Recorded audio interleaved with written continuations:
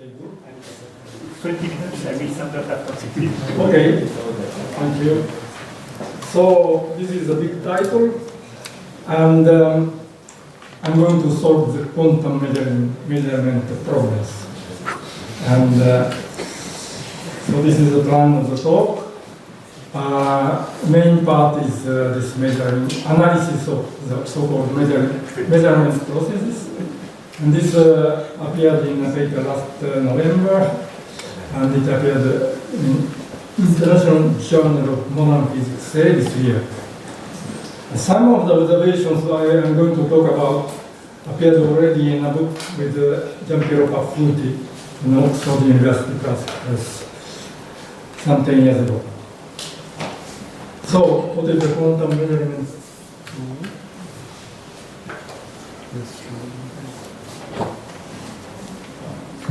Problems.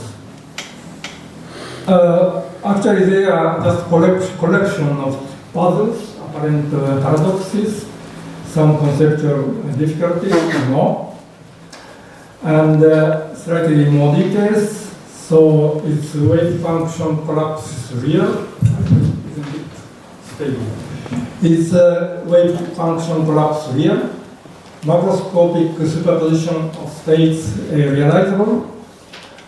Forever branching many world trees, we are living in one of these many world trees. Or does the spontaneous collapse of microstate experimental device ask everything occur? Or is the wave function just a bookkeeping device? Quantum jumps and Schrödinger equation. Is there any conceptual inconsistency, incompatibility? Sorry. Or can one get Bohr's rule from the Schrödinger equation involving everything?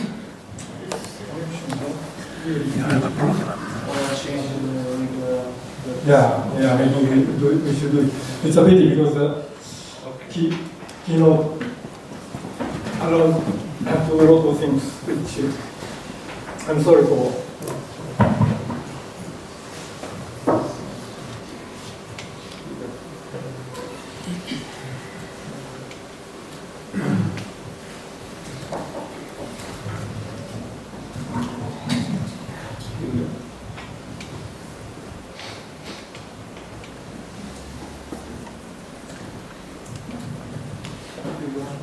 Yeah.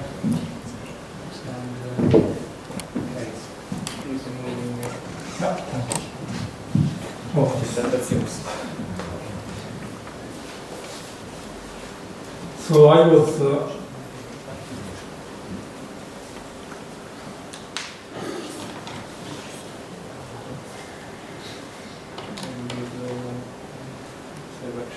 this is like, yeah. I was forward and backward. I'm sorry, I was pushing backward all the time.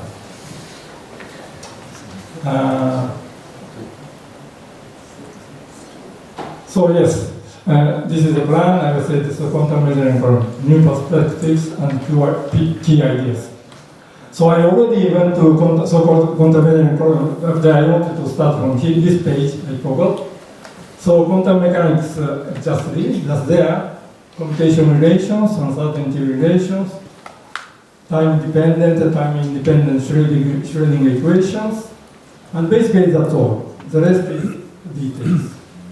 And however, this theory has led to incredible success and confirmation in atomic physics, which opened up an entirely new world of atomic and subatomic worlds, triggering an incredible, unprecedented history of scientific advance of scientific knowledge and technologies.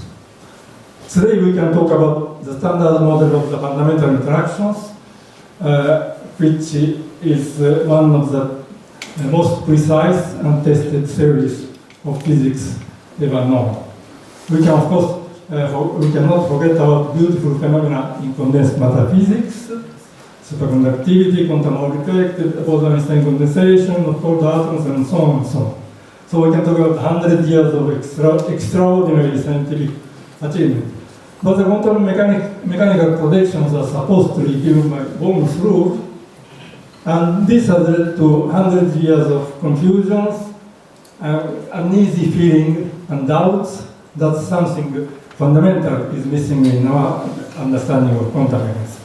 So these doubts, etc., are expressed in terms of quantum measurement problems, which we jumped up because of some problems. Anyway, so I was quantum jumps, yes. And then Bohm rules from Schrödinger equations involving everything, quantum non-locality, hidden variables, and above all, how is it possible that the fundamental complete theory of physics is incapable of unique prediction? Can I click this answer, this line answer? How can I do it?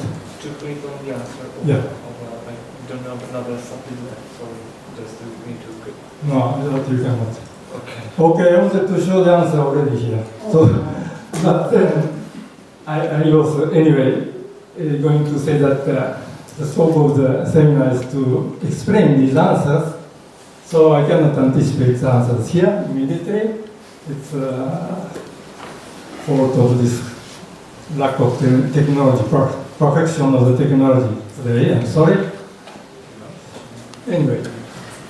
So, what are the quantum measuring devices? No, yeah. Okay, so I wanted to say okay answers, but anyway, I wanted to explain, so I wanted to come back to this problem.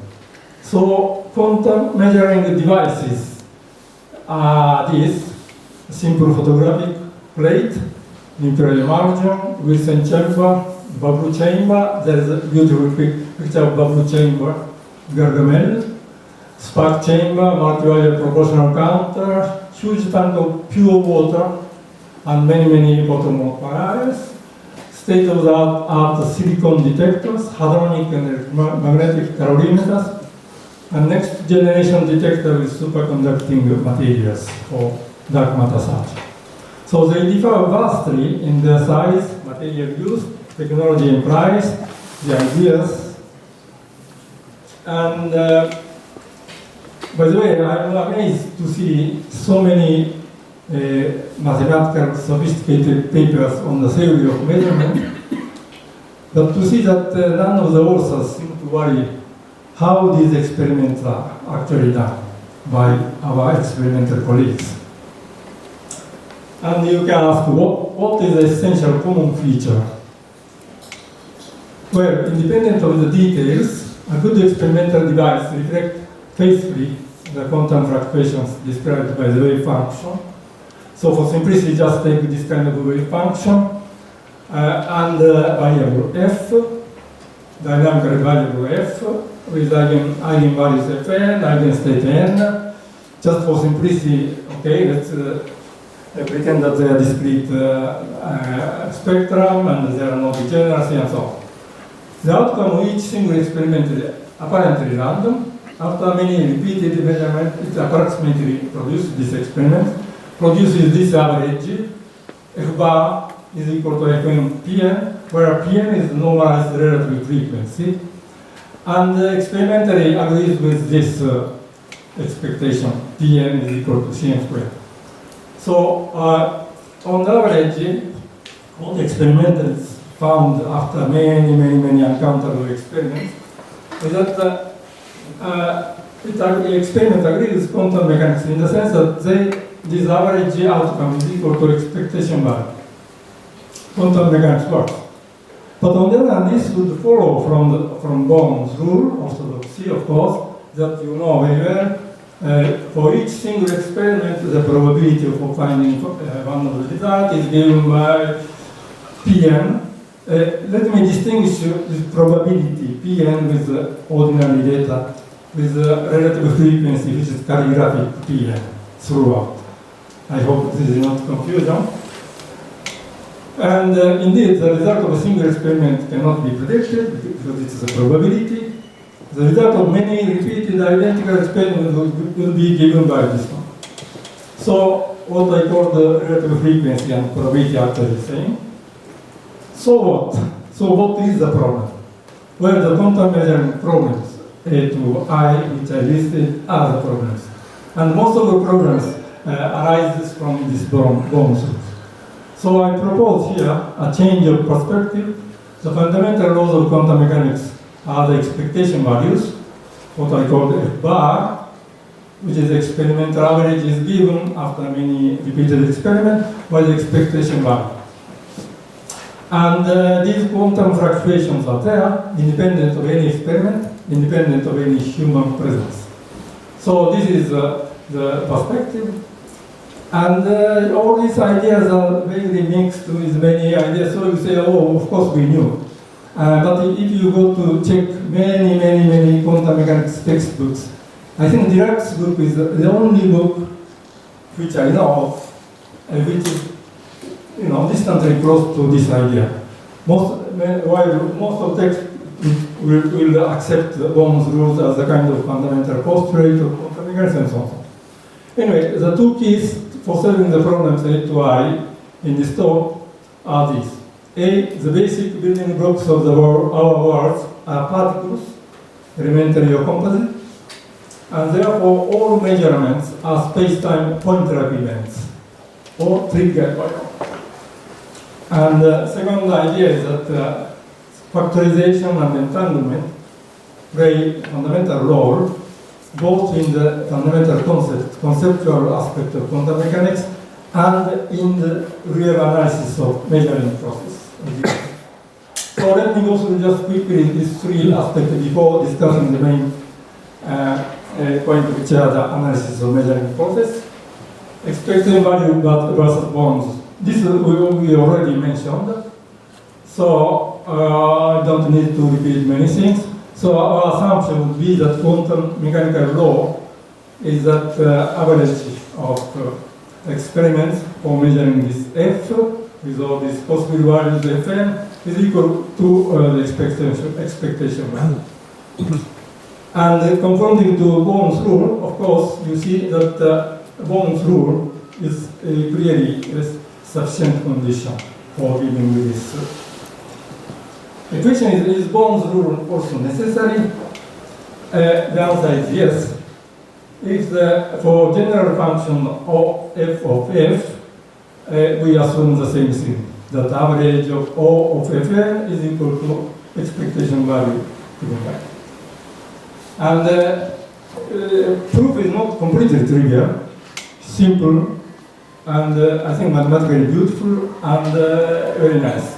So the proof and the illustration is given in this article, but I cannot. So second point is pure and mixed state, and this is something that everybody here knows very well. A system described by wave function is known as a pure state or pure quantum state, and so on and so on. It represents a complete knowledge of the system. For whatever reason, if we don't have such a complete knowledge, we are dealing with a mixed state or mixture. And it is described by density matrix law. Density matrix law, in the case of subsystem, it is there. It's a famous, well-known expression for law. But in general, density matrix law anyway parameterize our partial knowledge or ignorance. Total ignorance means that rho is proportional to unit matrix, means that all possible outcomes are equally likely. And however, this trace formula for the expectation value in the case of mixture is always valid. Not only in the case of subsystem, but also mixture due to statistical reasons or simply for ignorance about some experiment which has been done, or ignorance about whether or not some experiment has been done, and so on and so on. Oh, this one is very important. Factorization vis-a-vis entanglement. So let me slow down a little bit. How can we study a single hydrogen atom, an electron, for instance, when we know that wave function must be anti-symmetrized, Fermi-Dirac statistic? Answer is that lack of spatial support. So let's consider an electron in the laboratory and another electron on the sun. And if the anti-symmetrization is done with respect to the position or position argument, R1, R2, you see immediately that the second component, let's say wrong component, is utterly negligible. because the wave functions have local support which is limited. So, for instance, Boas radius, right? And however, this answers only partially. Because if anti-symmetrization is done in the spin instead of the position argument, then you see in this case, psi lab represents a mixed state with unknown spin density matrix. Instead of one electron in the lab and another electron on the sun, we can consider only just two hydrogen atoms 2 meters apart in the laboratory. You see, even with 2 meters apart, simply in the same room, for instance, or next room, the factorization failure is 10 to minus 18, which you can make a little calculation on the envelope by using known Boas radius. Actually, this Fermi-Dirac or Bose-Einstein statistics are not really relevant. Any systems which interacted in the past are entangled, and in general they are in mixed states. Unless you are able to measure two things far apart at the same time. So I will come back. So factorization, which works remarkably well, makes the quantum mechanics a sensible physics at all. And the entanglement, which leads to fascinating quantum mechanics mechanical predictions, which will come later, quantum non-locality and so on. And also, entanglement is one of the reasons which classical physics emerges from quantum mechanics. They are two faces of the same model, same medal, both characterizing quantum mechanics. So, especially interplay of the two, the essence will be the essence of the measurement process. I need a little reflection on the idea of pure state and mixed state.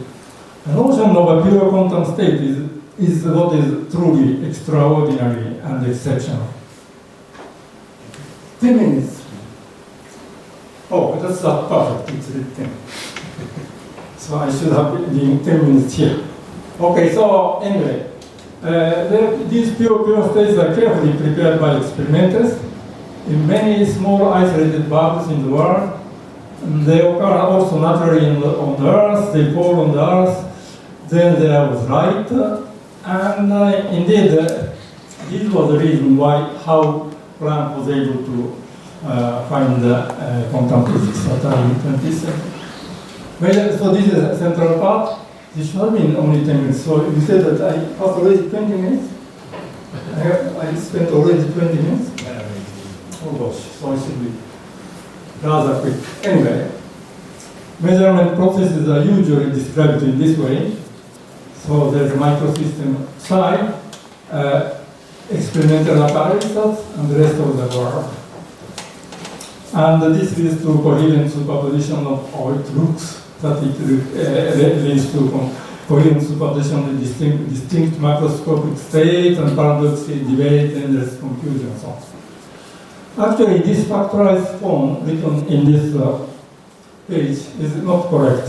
It's wrong, except for the first line. The first line, of course, a microsystem appears in the factorized form, but this is correct by definition.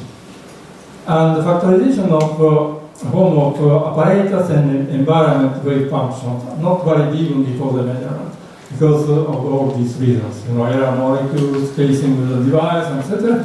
But any experimenter knows what the relevant part of the device is, and she doesn't care about all these funny things which people worried about, some theorists worried about. So we'll write the measurement device and environment device state like this file environment. Okay. So measurement process goes more like this. So you have before a microsystem wave function appears in a factorized form, and then just after the measurement, you get the second line, where the experimental device reads and records the result, producing an entangled classical state. Exact timing and details of the second step doesn't matter. Emergence, so this is the central part of the argument. So before measurement, okay, this is an ordinary argument that pure state has this density matrix written there. But you see, since there is this factorized part of environment apparatus, this does not give anything, just gives 1 on the right and third line. So you get this is the ordinary thing. However, after the measurement, the state is like this, and G bar is given by this, but each measurement is a space-time point-like event, and no overlapping space-time support, phi n and phi m. It means that there is orthogonality between 2 wave functions corresponding to 2 different distinct measurements for any local operator G, and this is important. And therefore, average expectation value G bar is given by the diagonal density matrix. This diagonality comes from this orthogonality of events. So after the measurement, average of the measurement, you get the same familiar formula. Appearance of diagonal density matrix usually attributed to the fact that measuring devices, macroscopic body, etc., etc. This is also true, but most important, as I said, phi m tilde and phi m tilde describe 2 distinct space-time pointer events. And this is a reason for orthogonality. And okay, this I skip. Actually, even this phi 0, environment 0, before the measurement, may look similar or macroscopically, but they can never be identical quantum state at 2 different measurements. Actual time revolution is therefore given by this second last line. Only 1 term remains, and this is perceived as a bias as a wave function collapse. Wave function collapse is for me one of the worst misnomer in the discussion of quantum mechanics. No such collapse of wave function occurs. What occurs is just effective space-time localization. So I should maybe later skip to this effective space-time localization. I cannot. If I see the screen, I can.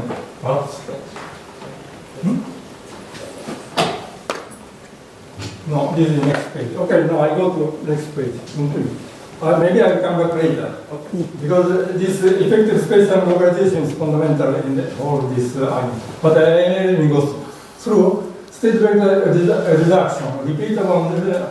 Okay, this is 3, roughly speaking, 3 types of measurement or repeatable, non-repeatable, or intermediate types. And there's thousands of literature and so on. But the repeatable experiment or first-class measurement is important because it is used to preparation for identical pure quantum states. And this is what makes sense of all these quantum measurement, quantum mechanics argument, repeated identical experiment. You should be able to prepare such a repeated, and this can be done because microsystem can be produced by this kind of, there's a beautiful picture of a Stern-Gerlach experiment in which one of the beams is blocked by cement block, and you take off the screen, then you see that you don't measure anything, so no measurement, no whatever called. You don't see anything, okay? But nonetheless, all beams of atoms which come through this region is pure spin up state. And in this way you can produce pure states as an initial state for successive experiment. And this is not neither rare or very difficult, but this is fundamental for quantum mechanics. Non-repeatable experiment is more typical one, where electron come to photographic screen and then get lost simply. And then intermediate state types, particle tracks in Wilson chamber and so on. Okay, this is another important argument, but I'm afraid I should run a little bit. Anyway, here I'm discussing that unitarity survives during the measurement process I discussed, However, they look differently from what you know as unitarity and linearity in the time evolution of isolated microscopic system in the first 3 lines. And as Dirac said, for the evolution of isolated system, we require both unitarity and linearity. But in the measurement process, as we saw, unitarity survives as a sum of all these relative frequencies summed up to 1, and but the linearity is lost because only one term in the sum remains. And okay, so unitarity as a holy principle seems to lose a little bit of its aura. Okay, this page actually requires another seminar, and so I cannot, of course, go through. But point is that there is a lot of confusion about measurement, classical physics, macroscopic quantum states. And in a few words, a state after the measurement is an entangled macroscopic classical state, so unique outside. So this is important. For this, we owe to the work by Zurek, Jules, Kiefer, and so on, who developed the idea of the environment-induced decoherence. And this is certainly true. But emergence of classical physics from quantum mechanics in itself is a completely independent problem. And you can prove Newton's law from quantum mechanics studying macroscopic bodies in the vacuum. And this is a paper which appeared a few days ago. And this again for another seminar. But anyway, I said people have studied macroscopic superposition of the state like this. Yes, I will finish in 5 minutes. And finish. Okay, I'm sorry. Yeah, I'll be quick. Anyway, so people studied this one, but actually this macroscopic superposition and measurement are 2 different questions, because measurement is a process in which a microstate is recorded in a classical state of environment. Also, in infinite degrees of system, system with infinite degrees of system, such a microscopic superposition is not possible. As you know, there can be more than one quantum ground state. However, there is no quantum tunneling. So system chooses only one, and this is called often sometimes appear in spontaneous image breaking. But these questions are unrelated. So, okay, so let's go through. So summary of measuring process is this one. Okay, this is what I discussed. They look almost like Born's rules, but the latter does not explain Born's rule, how the knowledge of fluctuations get transcribed in this formula, and why and how the state vector reduction takes place. And I think our discussion fills these gaps. 3 parts, so this is just flash, okay? Quantum jumps the Schrödinger equation. This is how to describe metastable state. You can do in the case of metastable nuclei or atom, but in the case of macroscopic state, to try to describe this precisely is very difficult. But anyway, the answer is that this difficulty, conceptual difficulty is caused by the confusion between pure wave state wave function and the effective wave function describing metastability. Schrödinger that. And by using this discussion of metastable state, you can immediately see that these arguments are sort of false. Any step, actually 1, 2, 3, will falsify this puzzle. And there is no puzzle at all. Actually, process is that as long as a nucleus has not decayed, the cat is alive. The moment not predictable, it decays, the cat dies. So, anyway. Superposition of dead and alive cats is a self-contradiction notion. Okay, this I'm afraid I have to skip. There's of course a lot of important things. Anyway, this is the success of quantum mechanics, reflection, and this also I have to skip. And last part, gravity, etc., are things which interest many people here. Conclusion. So here's the answer. No. And macroscopic superposition, yes and no. Are we living in a forever living in the universe? No. And so on, so on. No, no, done. And Bohm's rule follow from the linear Schrödinger in a sense, yes, but in the sense which you can construct dynamical model, no. Quantum locality, of course, yes. Hidden variable, no. So final one, is it possible the fundamental complete theory of physics is unable to predict uniquely the result of each single experiment? Yes.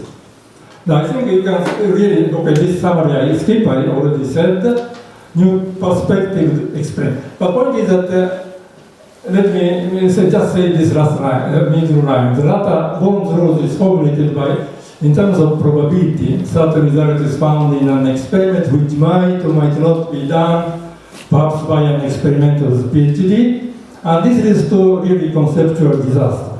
Every quantum mechanics teacher, I think many of you here have a nightmare on the day in which they have to explain, fundamental postulate, because she knows that she is trying to explain what she doesn't know. She doesn't really understand. So, new perspective is this one, so last page.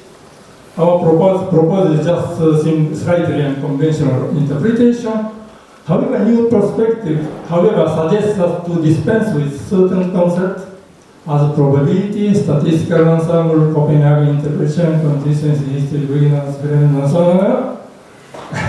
And as for wave particle duality, observables, wave function collapse measurement, I think these are sort of non-exact, obscure, ultra-wrong, or misleading.